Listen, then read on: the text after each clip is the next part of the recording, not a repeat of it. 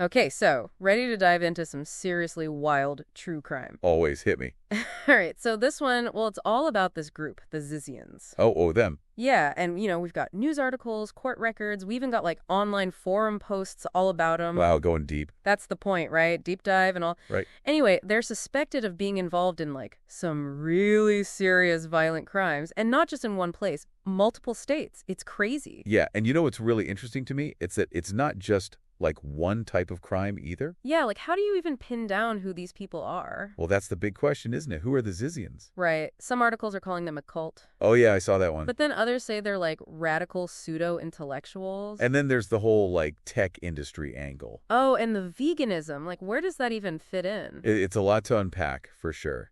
But I think to really understand this group, we have to start with what really brought them into the public eye. You mean the shooting? Yeah, the shooting death of U.S. Border Patrol agent David Maland in Coventry, Vermont. Oh, right. January 20th of this year. That was during a traffic stop, right? Yep.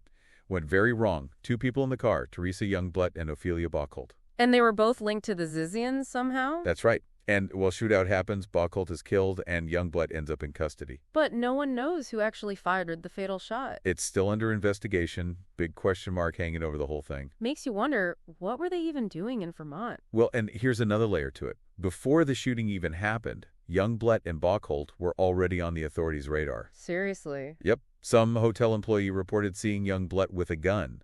So they were already being watched. So we've got a shooting with a ton of unanswered questions, individuals tied to this mysterious group, and oh yeah, they were already being watched by the authorities. A lot, right? It's like something straight out of a movie or like a TV show. Except it's real life. And real people got hurt. Yeah, for sure. And the thing is, this doesn't stop in Vermont, right? To really understand this, we got to look at the Zizians and what else they might be connected to. Exactly. And there's a lot more ground to cover. For instance, that double homicide in Pennsylvania. The Zatkos? Yep. Rita and Richard Zotko. Back on New Year's Eve 2022. Wealthy couple in Chester Heights. Oh, yeah. And wasn't LaSota, like, the supposed leader of the Zizians somehow involved? Well, not directly, but she was at a hotel with the couple's daughter around the time of the murders. Wow, that's a crazy coincidence. The daughter was questioned, but they never charged her with anything. But LaSota was arrested. Yeah, but for obstructing law enforcement and disorderly conduct. Nothing to do with the murders directly. Still pretty suspicious. Totally. So we've got the Vermont shooting and then this double homicide in Pennsylvania. Anything else? Oh, plenty more. Remember Curtis Lynn? Landlord in Vallejo, California? Wait, yeah. Wasn't he attacked? Not once, but twice. I guess who's connected to both attacks? The Zizians. Seriously. Yep. First attack was back in 2022. 3 individuals involved, Alexander Leatham, Emma Borhanian, and Suri Dow. Crazy thing is, Lind actually fought back, shot at his attackers. Whoa, self-defense. You got it? Borhanian ended up dead, and Leatham was wounded. Dow and Latham were both charged with some pretty serious stuff. So what about the second attack? When was that? This past January. And it was fatal, unfortunately. Lind was stabbed. Maximilian Snyder's the one charged for that murder. And you guessed it, connected to the Zizians. Okay, so we've got a pattern of violence, different states, different crimes, but all these individuals tied to the Zizians. Yeah, that's the through line. It all seems to lead back to them in some way. Makes me think of that FBI search in Chapel Hill, North Carolina. Didn't that happen just after the Vermont shooting? Just a few weeks after, yeah. 2 residences connected to Youngblut and Bauckholt. And what was it the landlord said? Something about black coats. Oh, yeah, and box trucks. So the tenants were always wearing these long black coats and parking box trucks outside, running electrical cords between them, even had a stretcher inside one of the trucks. A stretcher? Like, why? No one knows. And the neighbors said they'd see these figures all dressed in black, walking around at night, holding hands, never speaking. Okay, that's creepy. Like, seriously creepy. What were they doing? Some kind of ritual? It's all speculation at this point, but these details, along with some other weird stuff we'll get into, start to paint a pretty strange picture of this group. Weird stuff like what? Well, like their tugboat, for one. They had a tugboat. Bought one in Alaska, called it part of a rationalist fleet, said they wanted to live on the water, avoid those high rents. Sounds like a pretty sweet setup, actually. Except the thing ended up partially submerged near Pillar Point Harbor in California. Wait, seriously, what happened?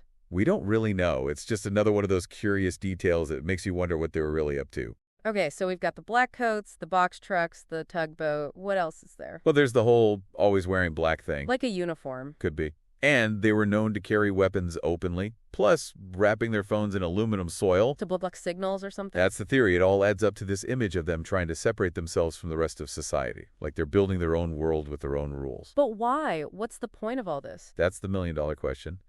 And to get closer to the answer, I think we need to look at the writings of the group's alleged leader, Jack Amadeus LaSota. She seems to be at the center of all this. Yeah, she's the one everyone keeps pointing to. And her online postings, they're a bit intense, right? She talks about questioning morality, the potential for evil, even like the need for sociopathy to achieve certain goals. Yeah, it's some heavy stuff. Makes you wonder if these are just philosophical musings or a roadmap for the group's actions. It's like she's trying to justify something, isn't it?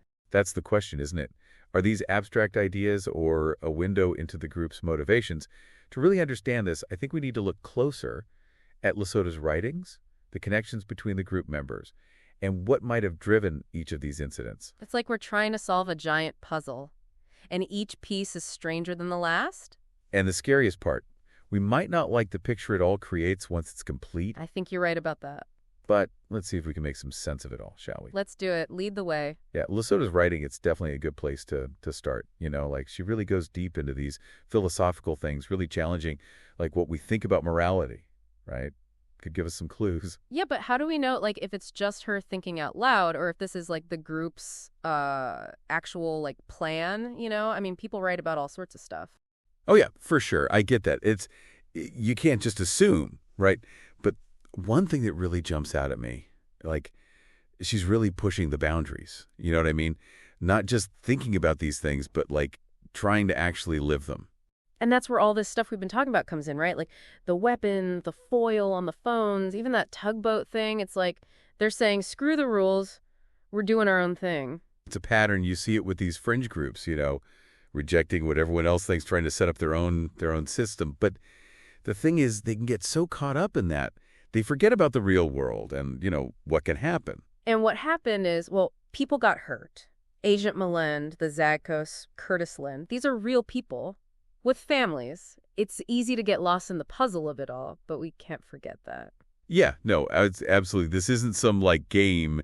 It's real life, and people got hurt, people died. So, like, what was their motive? I mean, was it just a shared ideology, or was it something more like personal vendettas? Or maybe they thought they were, like, delivering some kind of twisted justice? The FBI, they're definitely trying to figure that out. And a big part of that, like we said before, is figuring out who actually shot Agent Maland. Was it Youngblut? Or was it like an accident, you know, friendly fire? That changes things big time. And then there's the whole, like, how big is Wick's group really? I mean, is this everything we know about, or is there more out there? More crimes? It's possible. And I wouldn't be surprised if, as they dig deeper, more stuff comes up. But the problem is, they're not all in one place. You know, they're spread out. Could be talking online, using, like, secret codes and stuff. Hard to track them. So it's like trying to catch a ghost or something. Kind of, yeah. But there's this feeling that LaSota, she's the key, you know. If we can find her, maybe we can understand what's really going on. Is she calling the shots? Or has she, like, moved on? Well, finding her, that's got to be priority number one for the authorities. She comes across as really smart in her writing and, well, manipulative. She knows how to use people, and I wouldn't put it past her to be using, like, tech stuff to stay hidden. It's not just about finding her, though, right? It's about her ideas. What if other people, even if she's caught, what if they keep going? Yeah, that's what's scary about this kind of thinking. It gets in your head, and who knows what people will do, even if they're not, like, officially part of the Zizians. Makes you think, like, this isn't just about one group. It's about something bigger, you know? Like, what's happening online, how that can turn dangerous. It's something we got to think about, that's for sure. Like, you go down this rabbit hole, you know, and it just gets darker and darker. Its whole Zizian thing, it really shows you just how tough it is to deal with these groups.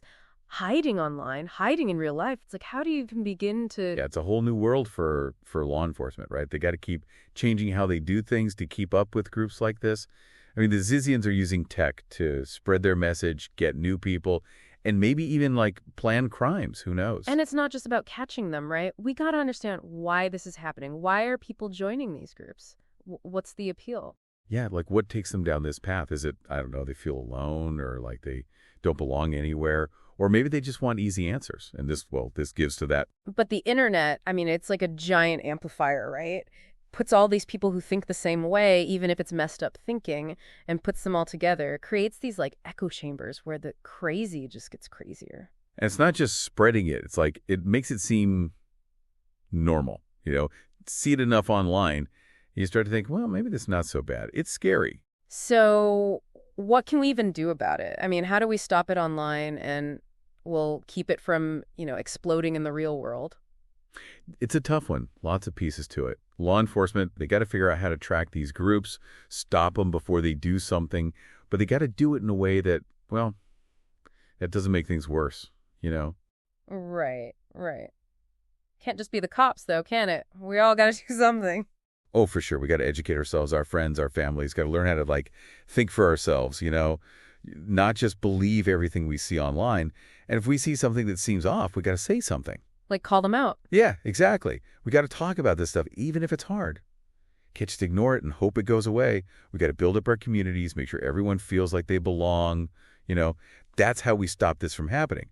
Got to show people there's another way. This whole deep dive, this whole Zizian thing, it's been, well, pretty intense, hasn't it? It's like a warning sign, showing us what can happen when things go too far online. Yeah, definitely. But it's also like a wake-up call. We got to do something. Can't just sit back and... You got to be smarter, be more aware, and, well, look out for each other. We can't let this stuff win. I think you're right about that. Well, thanks for, taking this journey with us down this rabbit hole.